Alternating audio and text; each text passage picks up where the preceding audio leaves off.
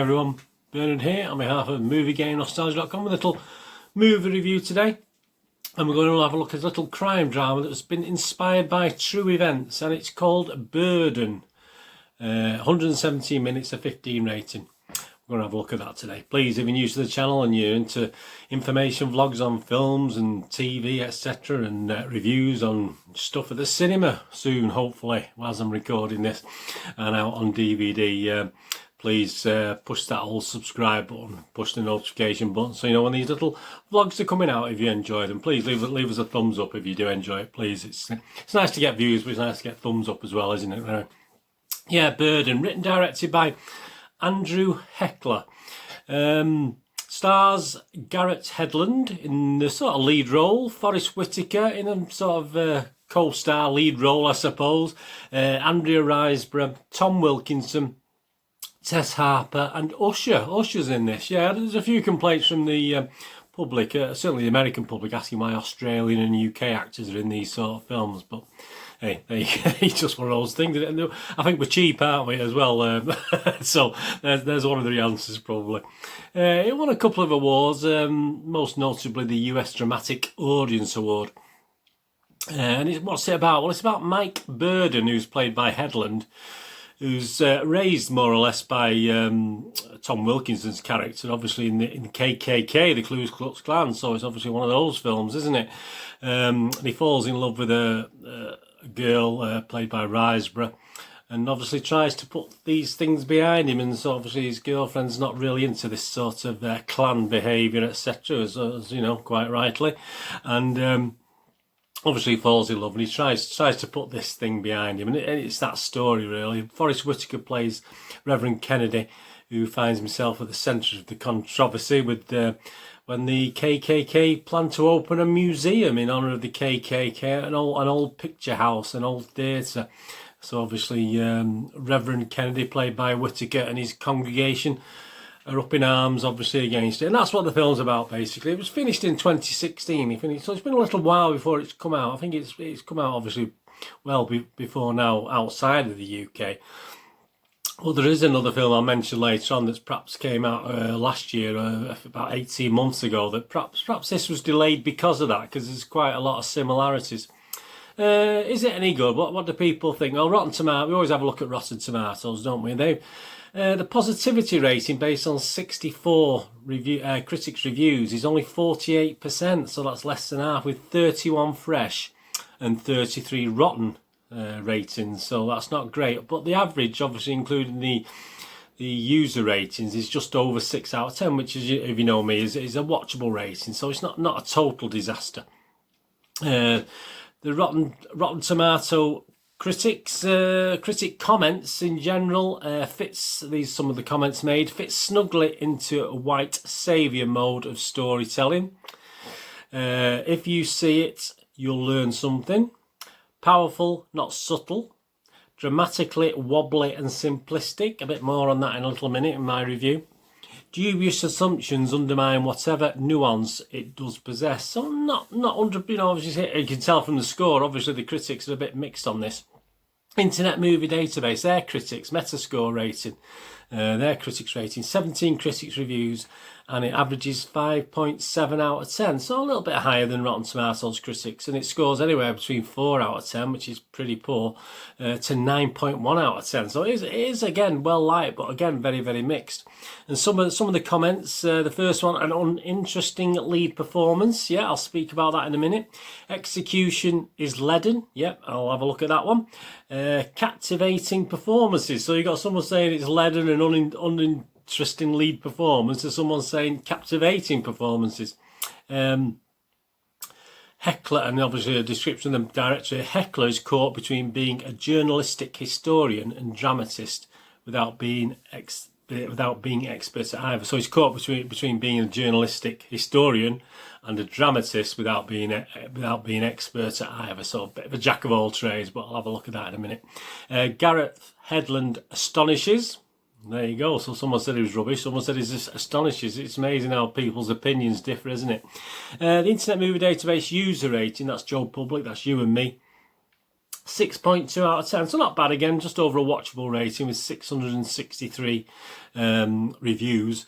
Some of the comments, very entertaining, emotional and relevant, riveting and emotionally draining. So let's get on to my little sum it up with a movie game nostalgia review and rating. Yeah, I mean, looking at the criticisms above, we've got the grapples clumsily with worthy themes. Yeah, I would absolutely echo that. I think it does struggle. The first 20 minutes, 25 minutes, I was quite really looking forward to this film, especially with Forest Whitaker being in the role as well. I was actually looking forward to this standoff and this battle that was going to take place. But you know, not battle as in, you know, just in the, you know, the type of film rather than a battle as a battle. But the actual, you know, I was actually looking forward to it. But as I said, it sort of plods along a little bit and doesn't quite get in there as it should do. It does, so grapples clumsily with worthy themes is quite a good expression to make, and it does have honourable intentions, and there are some strong performances. So yeah, so is it easy to forgive its flaws? Well, yeah, I mean, I'm not going to give it a bad rating as such, but yeah, it probably is a little bit easy to forgive its flaws. It could have been so much better. One of the other things we've got here was dramatically wobbly and simplistic. Yeah, I mean, it does take a serious subject and sort of bring it down to sort of basic drama without any real bite to it. So, you know, you everything you learn from it, most of the things you talk about isn't depicted in the film. It's what you know yourself, and obviously the dark side of things. It sort of does simplify things a lot. An uninteresting lead performance. Well, this is an unusual one, isn't it? Someone said Garrett Hedlund astonishes, and I have to agree with the uninteresting lead performance. I thought he was pretty bad, to be honest with you. I think he was playing a laid-back character, etc., etc. But he's not a particularly bright character. I think he's admitted that, and I think it's said in the film.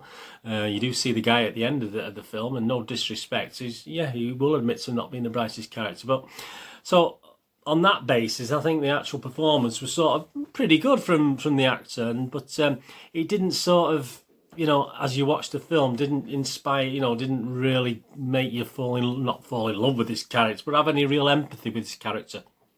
So that sort of struggled for me. And as I said, he's probably, from an acting point of view, he's probably played it like that deliberately. So all respect to him, but it didn't help, that sort of role in the film. It didn't inspire you, you know, to sort of want to. You did watch, but obviously it didn't sort of really grab you by the neck, by the scruff of the neck, and drag you through the film with a powerful performance. But that's the character we're talking about. So perhaps it could have been a bit of poetic license in that, couldn't it? Could have beefed it up a little bit more, perhaps. I don't know. Heckler caught between being a journalistic historian and a dramatist. Yeah, I think he has been. I mean, it is a thing that you can make documentaries about. You know, this is a film, this is entertainment. So, but it does fall a little bit short between the two. He has been sort of covered things, but obviously he's been neither one or the other. Historically, he's not really been dramatic, and obviously as far as journalist is concerned, he's perhaps not gone deep enough into what actually happened at this encounter, if you like. Yeah, so I mean, going on from that, I mean, as I said, I had a great deal of it. I did watch it all the way through. Obviously, I did quite enjoy it, but as I said, from that first half an hour, it's nearly 2 hours. It didn't seem 2 hours watching it, which can't be. It's sometimes not a bad thing. It did sort of fly by, but I just expected so much more after that first quarter of the film, to be honest with you. I'm going to make that comparison early on about it being 2016, and this is what was 2019. I think we had the release of Skin, didn't we, with Jamie Bell, which is a very, very similar style of film that's told a similar story. Obviously, if you've watched Skin, and it scored slightly better on I'm looking at the reviews than this one did, and I would say the same. I think Skin is a far better, even though again a lot of the faults with this film were relevant to the Skin film as well with Jamie Bell. But I just feel as though after watching Skin, this doesn't really improve on it at all. If anything, it's slightly worse. So that sort of had a thing for me of why it was delayed being released as well, because Skin was sort of coming out at the same time. I might be wrong on that, but of the two films, I would, if I had to watch one again, I would probably watch Skin again before I'd watch this BYRNE again, which is a great shame.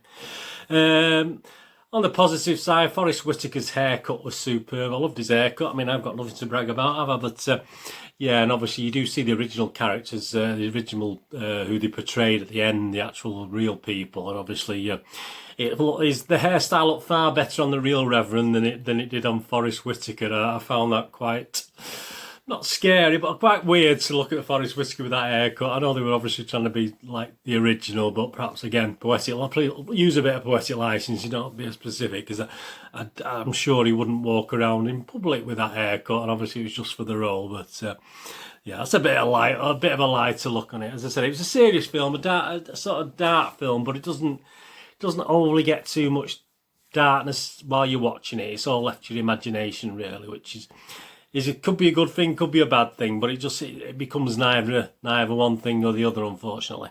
So my little rating, movie game nostalgia rating, yeah, I'm going to give it a watchable score, because it is a watchable film.